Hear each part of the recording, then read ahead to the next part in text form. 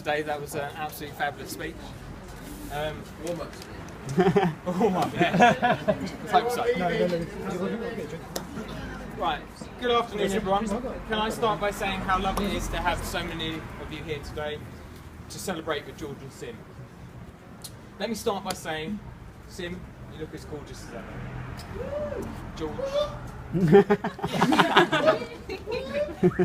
For those of you who don't know me, I'm Gareth, and I have the fortunate and often unfortunate pleasure of being married to George for the last 5.5 years.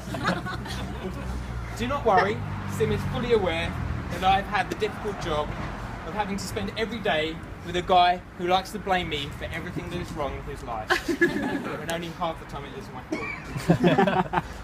I'd like to begin by taking you back to December of 2008, when I was informed by my old boss that one of the managers in the office, called Chris, had taken the decision to hire himself a young, fresh-faced and impressionable assistant starting in January. I thought to myself, result? The company was due something good to lack at. I was getting bored of staring at Steve every day. Mortified was I to learn that this young talent turned out to be George. Mostly because talent isn't a word that you could use to describe George. And secondly, because I had to go back to staring at Steve.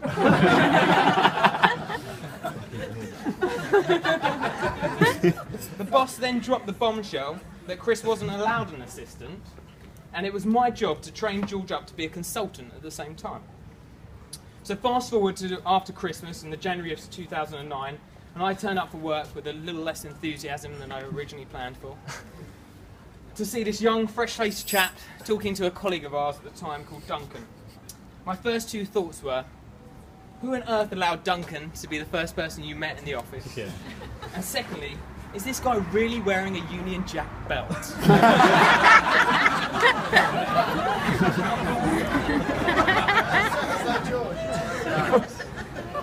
I quickly dragged him away from Duncan and tried to repair the damage that had been done.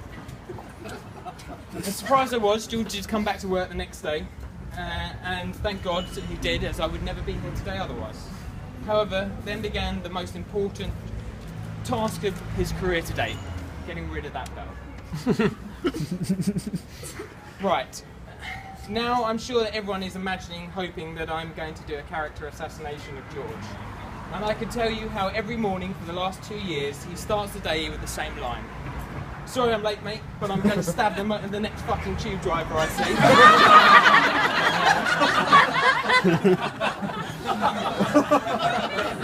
It's true. Or about the time when he turned up for work from having only just finished drinking half an hour beforehand, and did a client presentation, which he was subsequently then sent home from.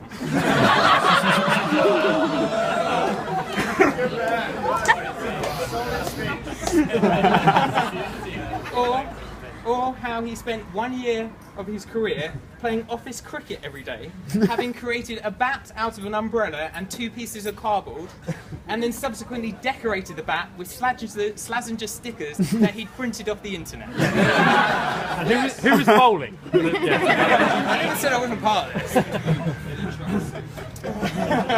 Or lastly, how he spent the summer of 2010 watching the Footy World Cup in his Kingswood flat, while still billing a client every day for work he was supposedly doing.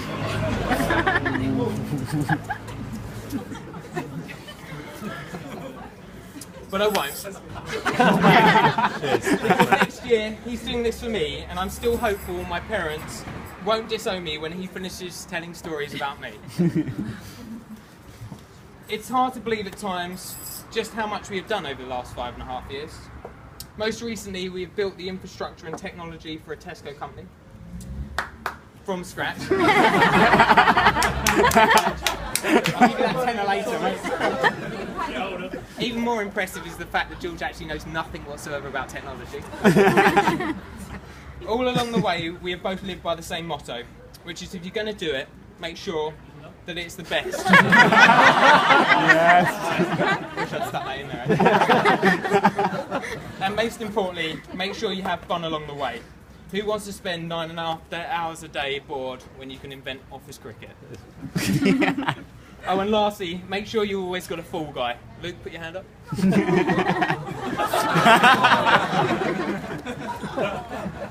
On a serious note, many times George and I have been asked how we work together and still manage to be best friends. The truth is, it's very similar to a marriage. We share our successes, we back each other up, we work hard at it, and most importantly, when he sulks, I tell him he's been right the whole of the time. Mocking him aside, the last 5.5 years have taught me one thing, and that's when you're in a difficult situation and you need someone to rely upon every day. George is that person, and for that reason, Sim, I envy you, because those people are hard to find. I just want to take a minute to talk about you, Sim. You're the kindest, most sweet-hearted person I've ever met.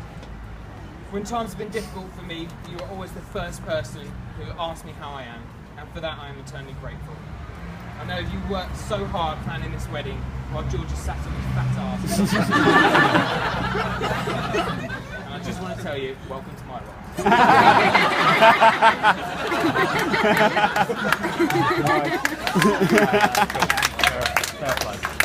Sim and George, I wish you all the happiness in the world. Please raise a glass to the new Mr. and Mrs. Watson. Mr. and Mrs. Watson. Mate, have some more.